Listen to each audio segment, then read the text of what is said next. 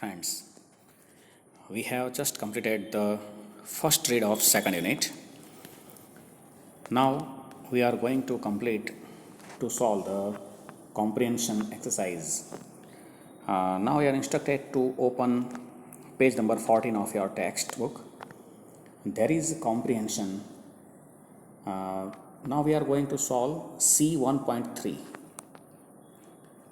તમારી બુકમાં page number 14 ઉપર કોમ્પ્રિહેન્શન એક્સરસાઇઝ આપવામાં આવેલી છે. એનું C1.3થી આપણે શરૂઆત કરીએ છીએ.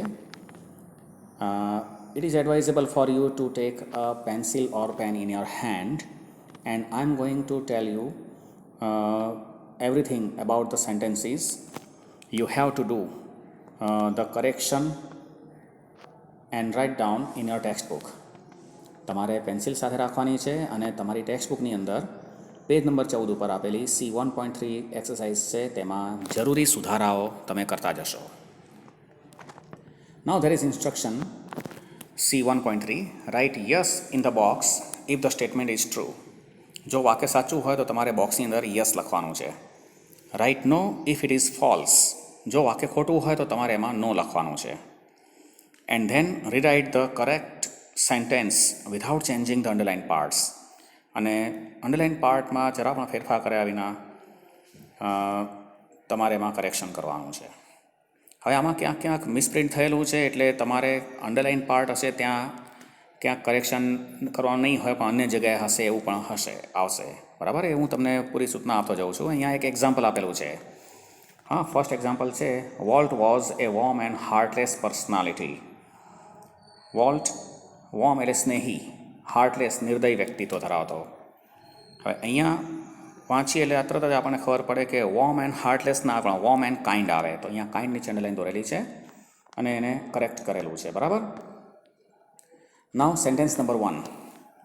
હવે તમે બધા પોતાની પાસે પેન્સિલ અને તમારી ટેક્સ્ટબુક હશે અને એમાં સુધારા કરતા જશો. First sentence, volt use to sit gloomily through the saddest cartoon, trying to focus on some way to improve it. અહીંયા વોલ્ટની જૂની ટેવ બતાવવામાં આવેલી છે. યુઝનો ઉપયોગ કરેલો છે, જૂની ટેવ બતાવવામાં આવેલી છે. ગ્લુમિલી એટલે દુઃખદ, વિષાદમય રીતે, ગંભીરતાપૂર્વક. હવે વોલ્ટ પોતાના કાર્ટૂનની સામે ઉદાસીન રીતે બેસતો. હવે સેડેસ્ટ, કાર્ટૂન કેવું હોય, હંમેશા રમૂજી હોય, એટલે અહીંયા સેડેસ્ટ શબ્દ છે એનું તમારે કરેક્શન કરવાનું છે. સેડેસ્ટની જગ્યાએ લખો ફનીએસ્ટ. સ્પેલિંગ બોલું છું, ફનીએસ્ટ, FUNNIEST. FUNNIEST. હા, એટલે ફર્સ્ટ સેન્ટેન્સ તમારું કરેક્ટ થઈ જશે. Now sentence number 2. Walt had angrily nursed the dream of a new kind of amusement park for years together. વોલ્ટે વર્ષોથી એક નવા પ્રકારના એમ્યુઝમેન્ટ પાર્કનું સ્વપ્ન ગુસ્સાપૂર્વક પોષ્યું નહીં. તો એંગ્રીલી શબ્દ છે, એંગ્રીલીની જગ્યાએ તમારે કરેક્શન કરવું પડશે ક્વાઇટલી. ક્વાઇટલી, એંગ્રીલીની જગ્યાએ તમારે ક્વાઇટલી શબ્દ લખવાનો છે. એટલે એંગ્રીલીની અંડરલાઇન દોરી અને ત્યાં લખી દો ક્વાઇટલી. સ્પેલિંગ બોલું, QUIETLY. QUIETLY. Quietly nurse the dream of a new kind of amusement park for years together. Sentence number 3. The success of Disneyland totally changed Walt and remained a simple man. ડિઝનીલેન્ડની સફળતાએ વોલ્ટને સંપૂર્ણ રીતે બદલી નાખ્યો અને તે એક simple main બની રહ્યા. હવે આમાં એન્ડ શબ્દ નહીં આવે. એન્ડની જગ્યાએ તમારે વિરોધી અર્થ બતાવતું હોય એટલે એન્ડની જગ્યાએ તમારે બટ અથવા યટનો ઉપયોગ કરી શકાય, પરંતુ તે હંમેશા એક સીધા સાદા વ્યક્તિ જ રહ્યા. બરાબર, એટલે એન્ડની જગ્યાએ તમારે બટ અથવા યટ લખી શકાશે. Number 4. Sentence number 4. Young Roy was so surprised at Walt's graphic telling of fairy tale. નાનકડો રોય, જેનો ભત્રીજો તો એની વાત થાય છે, નાનકડો રોય પરિકથાઓની કહેવાની જે પદ્ધતિ હતી તેનાથી ખૂબ જ આશ્ચર્યચકિત થઈ ગયો. That he remembered all about his measles. તેણે પોતાના મિસલ્સ, પોતાના ઓરી અછબડા વિશે બધું યાદ રાખ્યું. હવે વોલ્ટ ડિઝનીની ફેરીટેલ કહેવાની જે રીત પદ્ધતિ હતી એનાથી એ પોતાના ઓરી અછબડાના દુઃખ વિશે તદ્દન ભૂલી જાય છે, યાદ નથી કરતો પણ ભૂલી જાય છે. એટલે આમાં તમારે રિમેમ્બર્ડ વર્ડ છે એની જગ્યાએ તમારે લખવાનું છે ફરગોટ. સ્પેલિંગ છે સાદો ભૂતકાળ છે એટલે ફરગોટનો spelling FORGOT, forgot. Now on page number 15. હવે તમારે પેજ નંબર 15 ઉપર જોવાનું છે. એમાં સેન્ટેન્સ નંબર 5 આપેલું છે. There is sentence number 5 on page number 15. Millions of people flocked to see the unique creation of Walt's imagination. Millions of people, લાખો લોકો સમૂહમાં વોલ્ટની જે કલ્પના શક્તિથી જે નિર્માણ કર્યું હતું તે જોવા માટે, અજોડ સર્જન જોવા માટે એક સાથે સમૂહમાં આવતા. આ વાક્ય બિલકુલ સાચું છે એટલે તમારે અહીંયા ચોરસ ખાનું આપ્યું ત્યાં તમારે યસ લખવાનું છે. વાક્ય સેન્ટેન્સ સાચું છે, કોઈ એમાં કરેક્શન આવતું નથી. Sentence number 6. After becoming successful in બિઝનેસમાં સફળ થયા બાદ Walt borrowed several $million for the development of California Institute of Art. વોલ્ટે કેલિફોર્નિયા ઇન્સ્ટિટ્યૂટ ઓફ આર્ટના વિકાસ માટે કેટલાક $1 million બોરો એટલે ઉછીના લીધા. હવે અહીં એણે ઉછીનું કંઈ નથી લીધું પણ એને દાનમાં આપેલું છે. તો અહીંયા જે બોરોડ વર્ડ શબ્દ આપેલો છે, બોરોડની જગ્યાએ તમારે ડોનેટેડ શબ્દ લખવાનો છે. બોરોડ શબ્દની જગ્યાએ તમારે ડોનેટેડ લખવાનું છે. સ્પેલિંગ બોલું છું, DONATED, ડોનેટેડ શબ્દ આવશે. Now sentence number 7. Walt studied cartooning in Paris. વોલ્ટે પેરિસમાં કાર્ટૂનિંગનો અભ્યાસ કર્યો.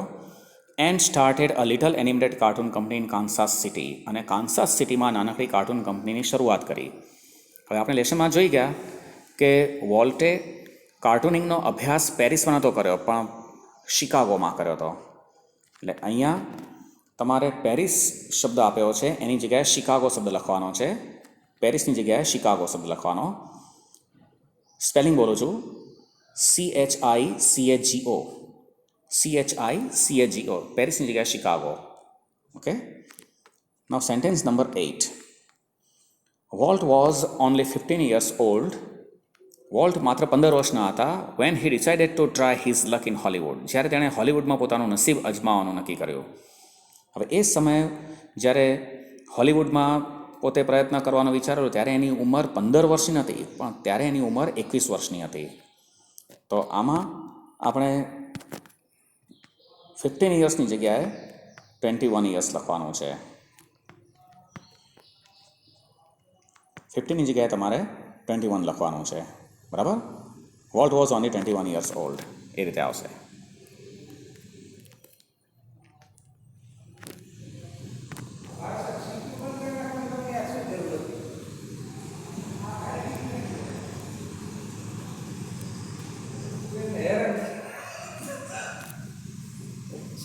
Now sentence number 8. Sentence number 9. The Alice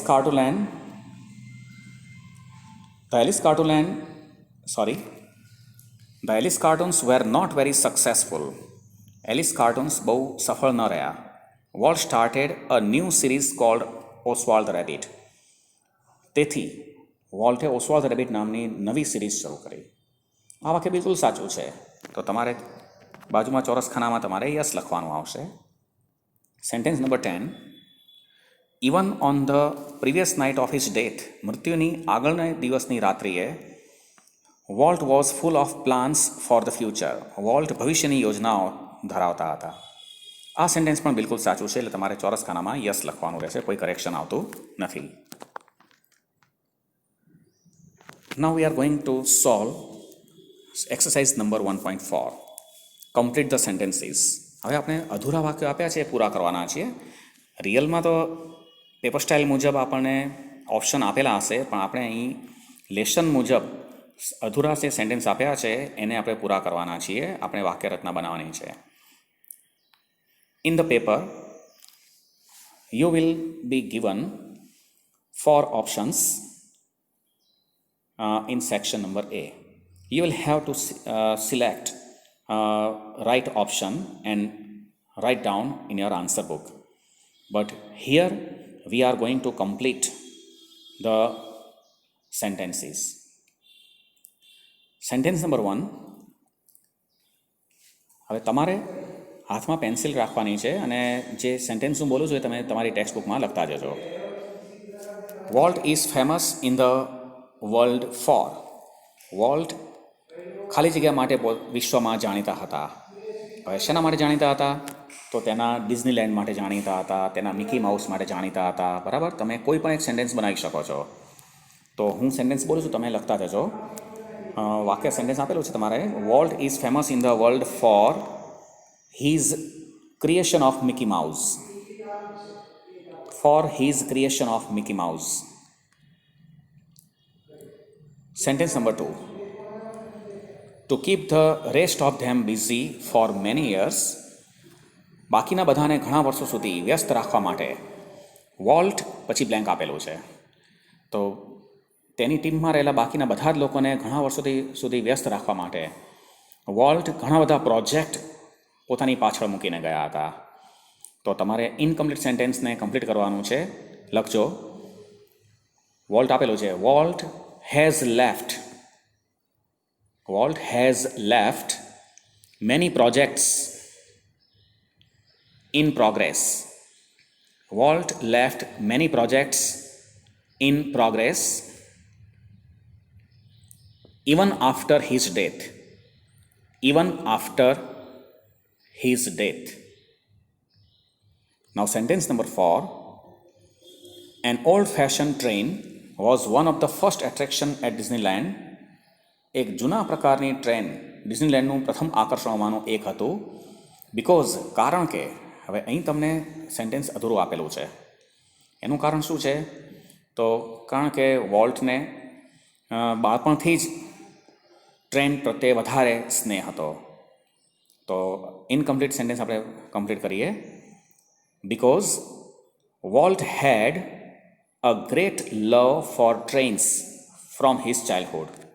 Because Walt had a great love for trains from his childhood. Sentence number 5. Walt earned his first money. Walt સૌપ્રથમ નાણાં કમાયા. હવે નાણાં કઈ રીતે કમાયા? તો બાય પ્રપોઝિશન આપેલું છે, એના પછી તમારે સેન્ટેન્સ લખવાનું છે. તો એના પડોશીના ઘોડાનું એક રેખાચિત્ર તૈયાર કરીને પોતે નાણાં કમાયેલા. તો આપણે લખીશું by making a sketch of neighbor's horse. By making a sketch of neighbor's horse. Neighbor ને apostrophe s આવશે. Neighbor's horse. Sentence number 6. Edward was wide-eyed because Edward સ્તબ્ધ બની ગયો. એના ભત્રીજાની વાત થાય છે. એડવર્ડ સ્તબ્ધ બની ગયો. હવે ક્યારે સ્તબ્ધ બની ગયો? તો વોલ્ટની જે કાલ્પનિક કથાની જે કહેવાની રીત પદ્ધતિ હતી એની સ્ટાઇલથી એ સ્તબ્ધ બની ગયો. તો સેન્ટેન્સ આપણે પૂરું કરીશું. અહીંયા બિકોઝ આપ્યું છે તો તમારે બિકોઝ ઓફનો ઉપયોગ કરવાનો છે. Because of Walt's style of graphic telling of the fairy tale. Because of વોલ્ટને એપોસ્ટ્રોફી એસ આવશે. Because of Walt's style of graphic telling of the fairy tale. Sentence number 7. Edward was disappointed because Edward નિરાશ થઈ ગયો. શા માટે? તો એણે જ્યારે મૂવી જોયું ત્યારે એને મૂવીમાં એટલું બધું ઇન્ટરેસ્ટ નહોતો પડ્યો. તો because he did not find the movie as much exciting as had heard it first time from uncle Walt. લખી નાખજો. Because he did not find the movie as much exciting. Because he did not find the movie as much exciting as he had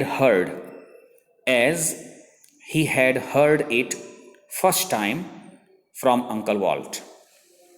The first time from Uncle Walt. Now sentence number 8. Every kid isn't fortunate enough to have bike of his own.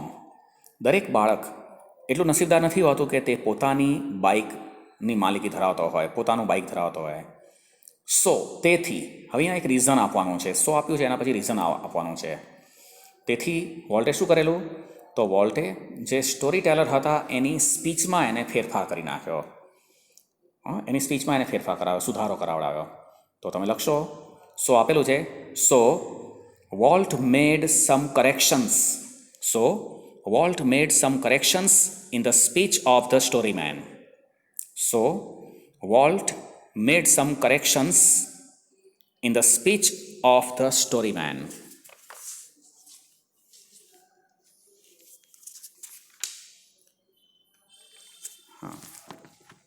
Now on page number 16, page number 16 પર જુઓ, exercise number C1.7.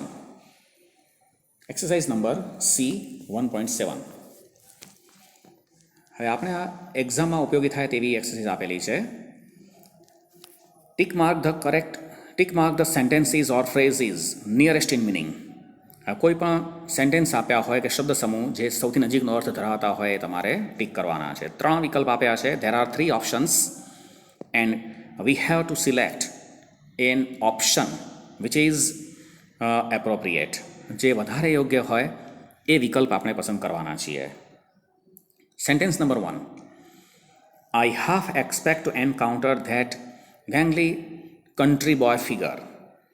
મને અચાનક તે ગેંગલી means tall and thin, એ ઊંચા અને પાતળા દેખાવ ધરાવતા કન્ટ્રી બોય ફિગર, સીધા સાદા વ્યક્તિત્વ ધરાવનાર મને અચાનક મળી જાય તેવી મને અપેક્ષા છે. જેનું had bored in thought about some new project, જે કોઈ નવા પ્રોજેક્ટના વિચારમાં મસ્તક ઝુકાયેલું હોય. હવે આમાં તમારે 3 વિકલ્પ આપ્યા છે. Sentence number A, option number A, the narrator misses him, નેરેટરને તેની ખોટ લાગે છે. Number B, the narrator praises him, narrator તેની પ્રશંસા કરે છે. Number C, the narrator talks about Walt's habit, narrator વોલ્ટની હેબિટ વિશે વાત કરે છે. તો એમાં એપ્રોપ્રિએટ ઓપ્શન આવશે એ. એ ટિક કરવાનું. The narrator misses him. Second sentence, he was a genius who had an uncanny ability to add an extra fillip of imagination to any story or idea. તે એક તીવ્ર બુદ્ધિશાળી વ્યક્તિ હતા. Genius, તીવ્ર બુદ્ધિશાળી વ્યક્તિ હતા, જેનામાં એક અનકેની એબિલિટી, એક અલૌકિક શક્તિ હતી. જેનામાં એક અલૌકિક શક્તિ હતી કે જે કોઈ પણ સ્ટોરી, કોઈ પણ વાર્તા કે વિચાર હોય તો એમાં પ્રોત્સાહન સ્વરૂપે કંઈક પોતાની કલ્પના શક્તિ, વિશેષ પ્રોત્સાહન મળે તેવી કલ્પના શક્તિ એમાં ઉમેરીને બનાવતા, સર્જન કરતા. હવે આમાં 3 ઓપ્શન આપેલા છે. Number A, he could twist any story, તે કોઈ પણ વાર્તામાં ફેરફાર પરિવર્તન કરી શકતા. Number B, through his art he would add in beauty to any story, પોતાની કલા દ્વારા તે એમાં કોઈ પણ વાર્તાની અંદર કંઈક વધુ સુંદરતા ઉમેરી શકતા. Number C, he was an imaginative writer, તે કલ્પનાશીલ વ્યક્તિ હતા. તો એમાં નંબર બી ઓપ્શન એપ્રોપ્રિએટ છે. Number 3, sentence number 3, Walt was a complex man. Complex means જટિલ, ન સમજી શકાય તેવું. તો એમાં સેન્ટેન્સ એ, ઓપ્શન આપ્યા છે A, he was not easy to understand, એને સમજવા બહુ સરળ ન હતા. Number B, he had difficult thoughts that he could not express, તેના વિચારો થોડાક મુશ્કેલ હતા કે જે અભિવ્યક્ત નહોતા કરી શકતા. Number C, different people understood him in different ways, અલગ અલગ લોકો તેને જુદી જુદી રીતે સમજતા, ઓળખતા. તો નંબર 3 સેન્ટેન્સ છે એમાં કોમ્પ્લેક્સ મેન હતા, એના સંદર્ભમાં સી ઓપ્શન વધારે એપ્રોપ્રિએટ છે. Different people understood him in different ways, કારણ કે દરેક વ્યક્તિ માટે તેનું વ્યક્તિત્વ અલગ અલગ પ્રકારનું હતું. Sentence number 4, it didn't seem as exciting as when uncle Walt told it. જ્યારે અંકલ વોલ્ટે કહ્યું ત્યારે તે એટલું બધું એક્સાઇટિંગ નહોતું લાગતું. તો એના માટે 3 ઓપ્શન આપેલા છે. Option number A, Walt presented the story better than the movie could. જે મૂવી બનાવી શકે તેના કરતાં પણ વધારે સારી રીતે તેણે વાર્તાની રજૂઆત કરેલી. Number B, the movie seemed better than the story told by uncle orally. Orally એટલે મૌખિક રીતે. અંકલ દ્વારા મૌખિક રીતે જે વાર્તા કહેવામાં આવી તેના કરતાં મૂવી વધારે સારું હતું. Number C, Walt could not make the story as he wished. પોતાની ઈચ્છા મુજબ વોલ્ટ સ્ટોરી બનાવી શક્યા નહીં. તો એમાં ઓપ્શન એ છે એ એપ્રોપ્રિએટ આવશે, પહેલું option. Number 5, whatever it is I have got don't get it. હવે આ સેન્ટેન્સ વોલ્ટ પોતાના ભાઈ રોય ડિઝનીને બોલે છે. જ્યારે એને લંગ્સ કેન્સર થયું હતું ત્યારે એણે એક જ વાર એનો ઉલ્લેખ કરતા સાંભળ્યા હતા કે મને જે તકલીફ થઈ છે તેવી તકલીફ બીજા કોઈને લાગુ ના પડવી જોઈએ. Whatever it is I have got don't get it. તો એમાં 3 ઓપ્શન આપ્યા છે. Number A, he didn't want anyone to succeed as much as he did. પોતે જેટલા સફળ થયા તેટલા અન્ય કોઈ સફળ થાય તેવું ઈચ્છતા ન હતા. Option number B, he didn't want anyone to suffer from the same disease. તે ઈચ્છતા ન હતા કે અન્ય કોઈ પણ વ્યક્તિ આ જ રોગથી પીડિત બને. Number C, he suggested others not to enter in to his profession. તેણે અન્ય લોકોને સૂચન કરેલું કે તેઓ એના વ્યવસાયમાં પ્રવેશે નહીં. તો આમાં રાઈટ ઓપ્શન બી આવશે, second option. Sentence number 6, the rest is a history. બાકી જે થયું તે ઇતિહાસ બની ગયો. બાકીની ઘટના ઇતિહાસ બની ગયો. હવે કઈ ઘટના ઇતિહાસ બની ગયો? તો એના માટે રાઈટ ઓપ્શન છે પહેલું A option, the world knows what happen then onwards. વિશ્વ જાણે છે, દુનિયા જાણે છે કે ત્યારબાદ શું ઘટનાઓ બની. હા, ડિઝનીલેન્ડની સફળતા મળી અને જે પ્રગતિ થઈ, પૂરા વિશ્વના લોકો એના તરફ આકર્ષાયા, એ આખી દુનિયા એની વાત જાણે છે. Number B, the world knows history of Walt. દુનિયા વોલ્ટનો ઇતિહાસ જાણે છે. Number C, Walt was a history maker. વોલ્ટ ઇતિહાસ બનાવનાર હતા. તો એમાં રાઈટ ઓપ્શન આવશે એ. પહેલો વિકલ્પ છે એ રાઈટ છે.